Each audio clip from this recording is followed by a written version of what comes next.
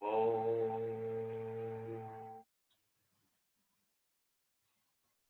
Om Para Brahmaya Vidmahe Shiva Tattvaya Dhimahi Tanno Mohan Prachodayat. Om Para Brahmaya Vidmahe Shiva Tattvaya Dhimahi Tanno Mohan Prachodayat. Om Para Brahmaya Vidmahe Shiva Tattvaya Dhimahi Tanno Mohan Prachodayat. Om Gam Ganeshaya Namah. Om Trayambagam Yajamahe Sugandhi Pushti Vartanam Urvar Amivar Upandana Vidyom Shyamamrita. Om Trayambagam Yajamahe Sugandhi Pushti Vartanam Urvar Amivar Upandana Vidyom Shyamamrita. Om Trayambagam Yajamahe Sugandhi Pushti Vartanam Urvar Kamivar Upandana Vidyom Shyamamrita. Om Halrim Baglam Ki Pak Waha. Om Halrim Baglam Ki Pak Waha. Om Halrim Baglam Ki Pak Waha. Om Shri Gurudev Datta. Om Shri Gurudev Datta. Om Shri Gurudev Datta. Om Namah Shivaya. Om Namah Shivaya. Om Namah Shivaya. Om Para Brahmane Namah. Om Para Brahmane Namah. Om Para Brahmane Namah. Om Para Brahmaya Vidmahe Shiva Tattvaya Dhimahi Tanno Mohan Prachodayat. Namaste and welcome to today's reading. My name is Chiraj Chaitram and I'll be reading from the Mohanji Ashram in Durban, South Africa. The chapters we'll be reading today is chapters 29 and 30. In chapter 29, we speak about the stories of Chennai's Panjani Mela, the Tindaluka, the father and son, Dr. Captain A, woman, Navkar. This chapter describes other interesting and wonderful stories of Sai Baba. Chennai's Panjani Mela. It was in the year 1916 when a Chennai Panjani Mela started on a pilgrimage to the holy city of Benares. The party consisted of a man, his wife, daughter, and sister-in-law. Unfortunately, their names are not mentioned. On their way, the party heard that there lived in Shirdi, Ahmednagar district, a great saint named Sai Baba, who was God-realized and who was very generous and distributed money every day to Bhaktas and to skillful persons who went and showed their talents there. A lot of money in the form of dakshina was collected daily by Sai Baba, and out of this amount, he gave daily 1 rupee to a 3-year-old girl named Amani, the daughter of a Bhakta, Kundaji, and 2 to 5 to Sam, 6 to Jamali, the mother of Amani, and 10 to 20 or even 50 rupees to other Bhaktas as he pleased. On hearing this, the party came to Shirdi and stayed there. The Mela did very good bhajan and sang very good songs, but inwardly they desired money. 3 of the party were full of avarice, but the lady or the mistress was of a very different nature. She had regard and love for Baba. Once it so happened that when the noonday arti was going on, Baba was much pleased with her faith and devotion and gave her a vision of her Ishta deity. To her, Baba appeared as Sitanar, while to others usually the Sainath. On seeing her beloved deity, she was very much moved. Tears began to flow from her eyes, and she clapped her hands with joy. The people began to wonder at her joyful mood, but was not able to guess its cause. Late in the afternoon, she disclosed everything to her husband. She told him how she saw Sri Ram in Sai Baba. He thought that she was a very simple and devout woman, and seeing Ram might be a creation of her mind. He ignored her, saying that it was not possible that she alone could see Ram, while they all saw Sai Baba there. She did not resent this remark, and she was very fortunate enough to get Ram Darshan, as when her mind was calm and composed and free of avarice. Wonderful vision. Things were going on like this when the husband got a strange vision in his dream one night. He was in a big city. The police there had arrested him, tied his hands to their rope, and put him in a cage. As the police were tightening the grip, he saw Sai Baba stand quite outside near the cage. On seeing Baba so close, he said in a bland tone, "After hearing your fame, I resorted to your feet. Then why should a calamity befall me when you are standing right here in person?" Baba said. "You must suffer the consequences of your actions," he said. "I have not done anything in this life which would bring such a misfortune to me." Baba said, "If not in this life, you must have committed some sin in your past life."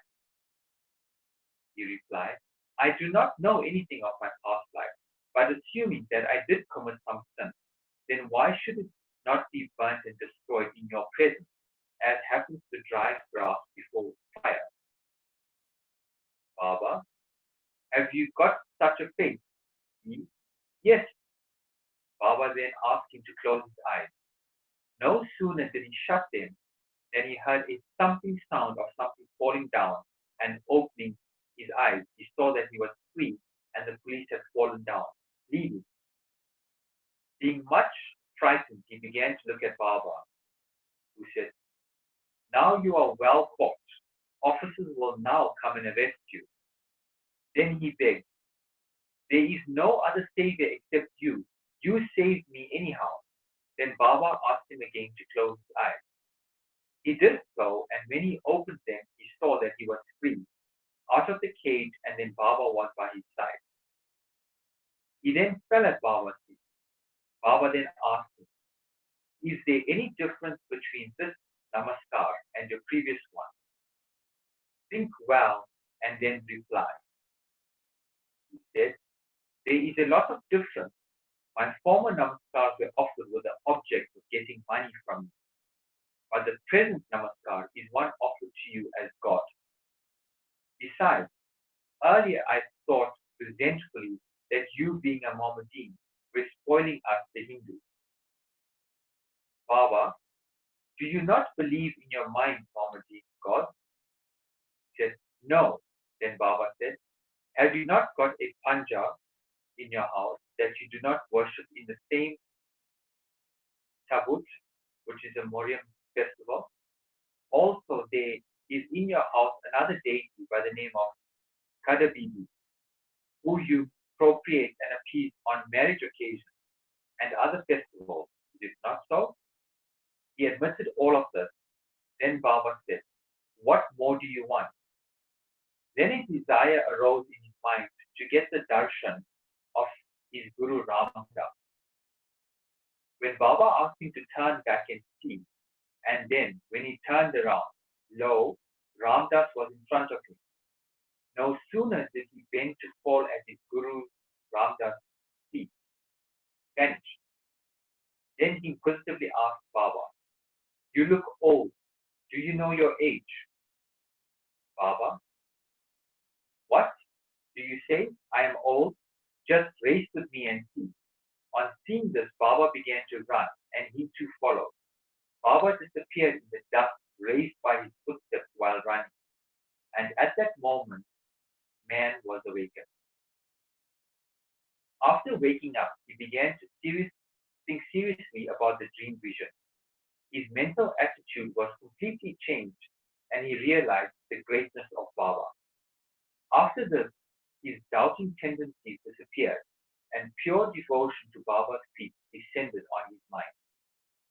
The vision was a mere dream, but the questions and answers therein were more significant and interesting. Next morning, when all assembled in the masjid for Aarti, Baba gave him as prasad 2 rupees worth of sweetmeats and also 2 rupees from his pocket and blessed him. He made him stay there for a few more days and gave him his blessing, saying, Allah will give you plenty and he will do you all good. He did not get more money, but there he got far better things. That is, Baba's blessings which stood him in good stead all along. The party got plenty of money afterwards, and the pilgrimage was successful as they did not suffer any trouble or inconvenience during this journey. They all returned home safe, thinking of Baba's words and blessings, and the bliss they experienced by his grace. This story illustrates one of the methods which Baba follows in some cases to improve and to reform his devotees. The Tendulkar family. They lived in Bandra, a suburb of Mumbai, a Tendulkar family, all the members of which were devoted to Baba. Mrs. Savitri Bai Tendulkar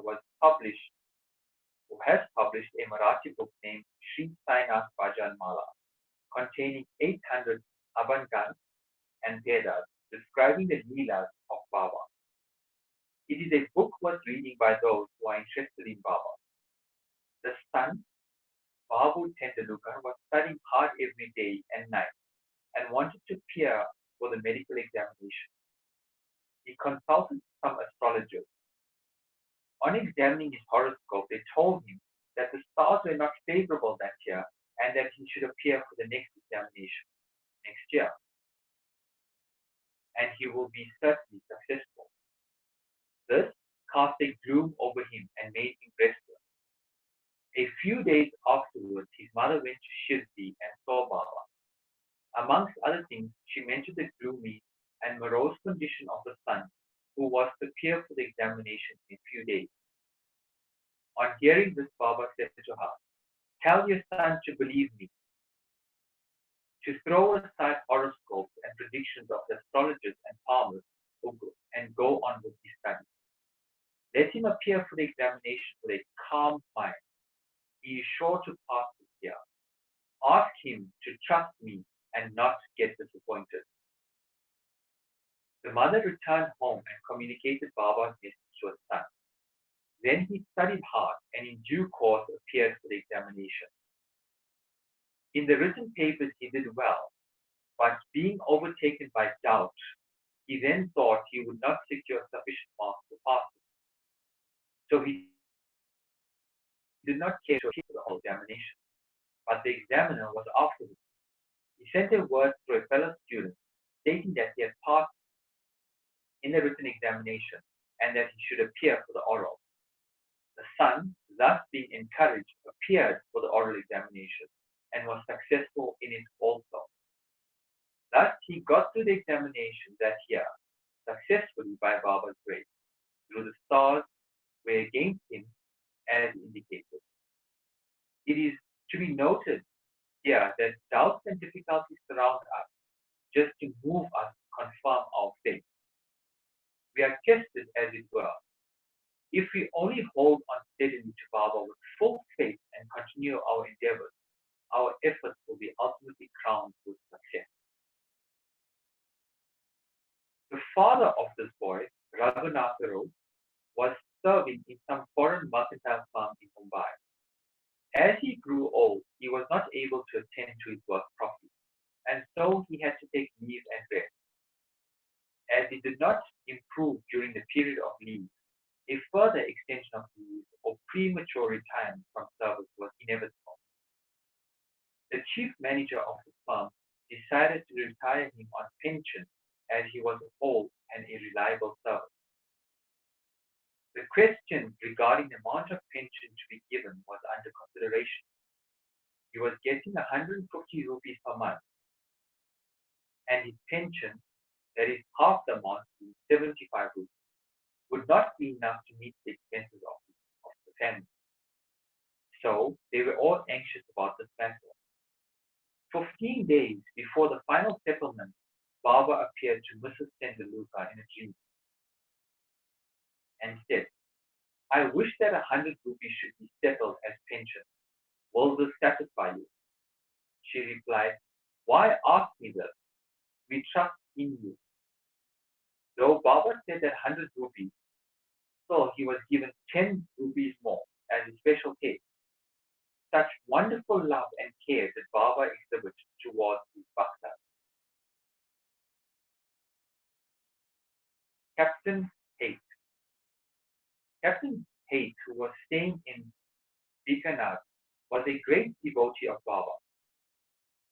Once Baba appeared to him in his dream and said, did you forget me? Haight then immediately held Baba's feet and replied, if a child forgets his mother, how could he be saved? Then Haight went into the garden and took out fresh wall papadi vegetables, and after arranging sida, which is ghee, wheat, flour, and dal, etc., and dakshina, was about to offer all of this to Baba when he was awakened and came to know the whole thing was a dream. Then he decided to send all these things to Baba at Shirdi. When he came to Gawali Road some days after, he sent 12 rupees by money order to a friend with instructions that 2 should be spent in buying Siddha articles and wild property vegetables, and those should be offered to Baba with 10 as dakshina. The friend went to Shirdi and purchased these things mentioned, but wild property was not available. In a short time, a woman turned up with a basket on her head, which curiously enough contained the wild property vegetable. It was then purchased. Then all the things were offered to Baba on behalf of Captain Haight. Mr.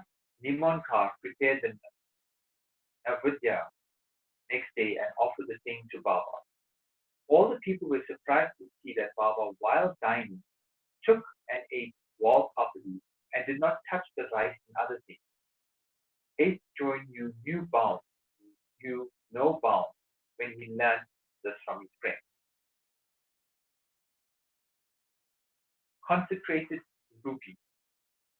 At another time, the captain wished that he should have in his house a rupee consecrated by Baba with his touch. He came across a friend who was bound for Shirdi. Through him, he sent his rupee. The friend went to Shirdi and after the usual salutation, gave his first dakshina which Baba accepted. Then he gave a rupee which Baba took in his hand and began to gaze at it. He held it in front and tossed it up with his right thumb and played with it. Then he said to a friend, return this to its owner with a prasad of udi. Tell him that I want nothing from him. Ask him to live in peace and contentment. The friend returned to Gawilor, handed over the consecrated rupee, and told him all that happened at Shirdi. This time Haight was much pleased and realized that Baba always encouraged good thoughts as though he wished intensely. Baba fulfilled the same accordingly. Woman Navka. Now let the readers hear a different story. A gentleman named Woman Navka loved Baba very much. He once brought a rupee. On one side of it was engraved figures of Ram, Lakshman, and Sita, and the other side was engraved figures of Maruti with folded hands. He offered it to Baba with the hope that he should consecrate it with his touch and return it to him with udi. But Baba immediately pocketed it. Then Sama spoke to Baba regarding Umaru's intention and requested him to return. Then Baba spoke in the presence of Umaru Rao. Why should it be returned to him? We should keep it ourselves. If he gives 25 rupees for it, it will be returned. Then, for the sake of the rupee, Womanuro collects 25 rupees and place them before Baba. Then Baba said, the value of that rupee far exceeds 25 rupees. Shama, take this rupee. Let us have it in our store. Keep this in your shrine and worship it. No one had the courage to ask Baba why he followed this peculiar action. He only knows what is best and most suitable to each and all. Bow to Sri Sai, peace be to all. Chapter 30.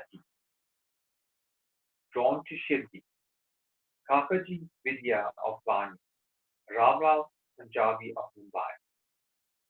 In this chapter, the story of two more devotees who are drawn to Shirdi is narrated. Preliminary. Bow to the kind Sai, who is the abode of mercy and who is affectionate towards his devotees. By his mere darshan, he goes away with their fear of worldly illusions and destroys their calamity. He was first Nirgun, but on account of the devotion of his bhaktas, he was obliged to take a form. To give liberation, self-realization to the bhaktas is the mission of the saints, and for Sai, the chief of them, that mission is inevitable. Those who take refuge in his feet have all their sins destroyed and their progress is certain. Remember, his feet, Brahman from holy places come to him and read scripture and chant the Gayatri mantra in his presence. We who are weak and without any merit do not know what bhakti is. But we know that this much, that though all others may leave us, Sai won't forsake us. Those whom he favors get enormous strength, discrimination between the unreal and the real and their knowledge. Sai knows fully the desire of his devotees and fulfills the same. Hence they get what they want and are grateful. So we invoke him and prostrate ourselves before him. Forgetting all our faults, let him free us from all anxiety. He who being overcome with calamities, remember and praise the Sai. Thus will get his mind calmed and pacified throughout his grace. This Sai, the ocean of mercy, says Emanpan, favoring him. And the result of this is the present work of Sai Sat Charitra. Otherwise, what qualifications had he to undertake this enterprise? But as Sai took all the responsibility, Emanpan felt no burden, nor any care about it. When the powerful light of knowledge was there to inspire his speech and pen, why should he entertain any doubt or feel any anxiety? Sai got the service in the form of his book done by him. This is due to the accumulation of his merits in the past birth, and therefore he thinks himself fortunate and blessed. The following story is not a mere tale, but pure nectar. He who drinks it will realize Sai's greatness and all pervasiveness. Those who want to argue and criticize should not go in further. What is wanted here is not discussion, but unlimited love and devotion. Learn through devout and faithful believers, or those who consider themselves as servants of the saints, will like and appreciate these stories. Others will take them to be fables. The fortunate bhaktas of Sai will find the Sai Leelas as the Kalpataru, wish fulfilling tree. Drinking in or devouring this nectar of Sai Leelas will give liberation to the ignorant jiva, satisfaction to the householders, and a sadhana to the aspirant. Now we come to the story of the chapter. Kakaji Vidya. There lived in Bani, Nasik district, a man named Kakaji Vidya. He was the priest of the goddess Sapta Shringi. There, he was so overpowered by the adverse circumstances and calamities that he lost peace of mind and became quite restless. Under such circumstances, one evening, he went into the temple of the goddess and prayed unto her from the bottom of his heart and invoked her aid to free him from anxiety. The goddess was placed within his devotion, and the same night appeared to him in his dream and said to him, "You go to Baba, and then your mind will become calm and composed." Kakaji was anxious to know from her who this Baba was, but before he could get any explanation, he was awakened. Then he began to think as to who might this Baba, to whom the goddess had asked him to go. After some thinking, he resolved that the Baba might be Triambakeshwar, Lord Shiva. So he went to the holy place, Triambak, Nasik district, and stayed there for 10 days. During this period, he bathed early in the morning, chanting the Rudra hymn, did the Abhishekam, and did other religious rites. But with all this, he was restless as before. Then he returned to his place and again invoked the goddess most pitifully. That night, she appeared in his dream and said, "Why did we go to Prem Bakshwar in vain? I mean by Baba Shri Sai Samrit of Shirdi." The question before Kakaji was how and when to go to Shirdi and how to see Baba. If anybody is in real earnest, he has sinned, not only the saint, but God also fulfills his wish. In fact, the saint and the God are one and the same. There is not the least difference between them.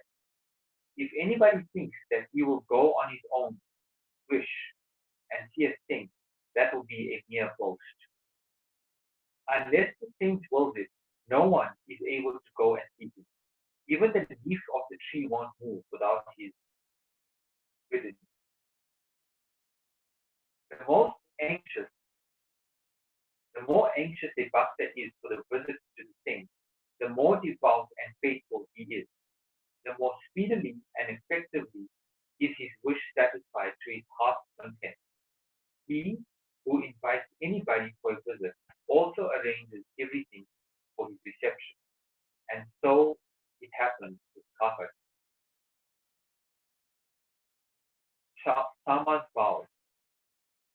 When Kakaji was thinking about his intent to visit Shirdi, a guest came to him at his place to take him to Shirdi. He was no other than Shama, a very close and intimate devotee of Baba.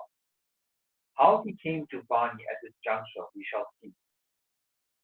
Shama was severely ill when he was very young, and his mother had taken a vow to her family goddess, Sapta Shringi, at Vani, that if her son got well, she would bring and dedicate him at her feet.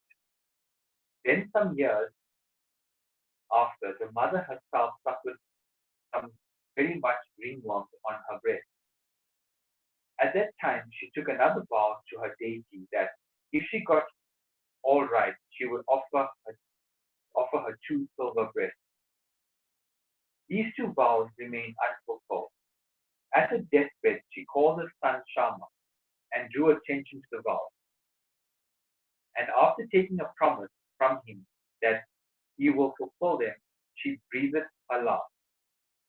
After some time, Shama forgot about his vows, and thus 30 years elapsed. About this time, a famous astrologer had come to Shirdi and stayed there for a month. His predictions in the case of Srimad Bhuti and others came true, and everybody was satisfied. Shama's younger brother, Papaji, consulted him and was told about his mother's vows, which his elder brother had promised to fulfill at her deathbed and had not yet fulfilled. Hence, the goddess was displeased with them, and she was bringing trouble on them. Baba Papaji told this to his brother, Shama, who was then reminded of the unfulfilled vow. On thinking that any further delay would be dangerous, he called a goldsmith and got a pair of silver breasts prepared. Then he went to the masjid, prostrated himself before Baba, and placed him before him the two silver breasts, requested him to accept them and free him from the vows. As to him, he was himself his Shakta Shringa goddess.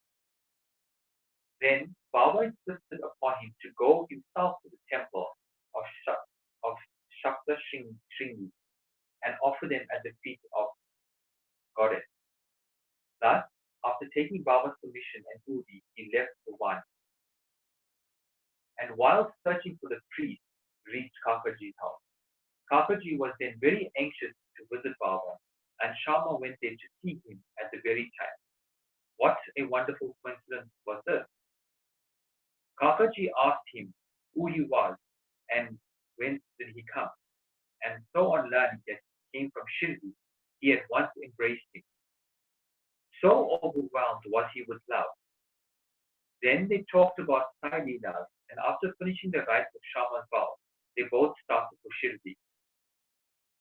On reaching the place that Kakaji went to the masjid and fell at Baba's feet, his eyes were soon bedewed with tears, and his mind attained calmness. According to the vision of the goddess, no sooner did he see Baba than his mind lost all its restlessness and became calm and composed.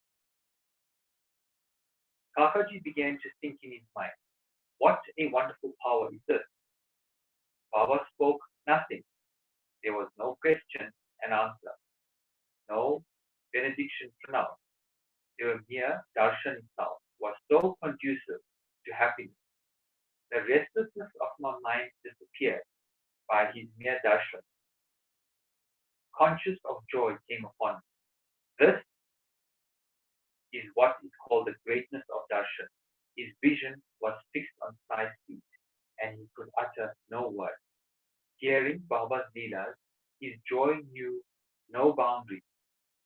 He surrendered himself completely to Baba, forgot his anxieties and cares, and got undiluted happiness. He lived there for 12 days, and after taking Baba's leave, Udi and blessings, and returned home. Kushal Chand of Rahata. It is said that a dream, which we get in the wee hours of the morning, generally comes out true in the waking state. This may be so, but regarding Baba's dreams, there is no restriction of time. To quote an instance, Baba told Kaka Sahib Dikshit one afternoon to go to Rahata and fetch Kulshan to Shirdi. As he had not seen him since long, Kaka Sahib accordingly took a tonga and went to Rahata. He met Kushal Chand and gave him Baba's message. On hearing it, Kushal Chand was very surprised and said that while he was taking a noon nap after meal, Baba appeared in his dream and asked him to come to Shirdi immediately, and that he was anxious to go, as he had no horse of his own nearby. He had sent his son to inform Baba. When his son was just outside of the village border, Dikshit Tonga turned up. Dikshit then said that he was sent specially to bring him. Then they both went in the Tonga back to Shirdi. Kushal Chand saw Baba and all were pleased. Seeing this leela of Baba, Kushal Chand was more moved. Ramlal, Punjabi of Mumbai. Once a Punjabi Brahmin of Mumbai named Ramlal got a dream in which Baba appeared and asked him to come to Shirdi. Baba appeared to him as a saint, but he did not know his whereabouts. He thought that he should go and see him, but as he did not have his address, he did not know what to do. But he who calls anybody to him also makes the necessary arrangements for the same. The same happened in this case. The same afternoon, when he strolled in the street, he saw a picture of Baba in a shop. The features of the Mohanji he saw earlier in the dream tallied exactly with those of the picture. Then, on making inquiries, he came to know the picture of Sai Baba of Shirdi. He soon went after this to Shirdi and stayed there till his death. In this way, Baba brought his devotees to Shirdi for darshan and satisfied their wants, material as well as spiritual.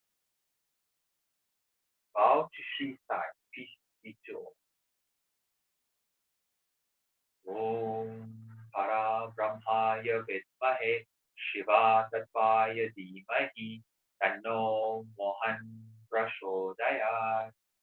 Om Para Brahmaya Vidmahe Shiva Tattvaya Dhimahi Tanno Mohan Prachodayat. Om Para Brahmaya Vidmahe Shiva Tattvaya Dhimahi Tanno Mohan Prachodayat. This concludes chapter 29 and 30, and join us for more chapters by the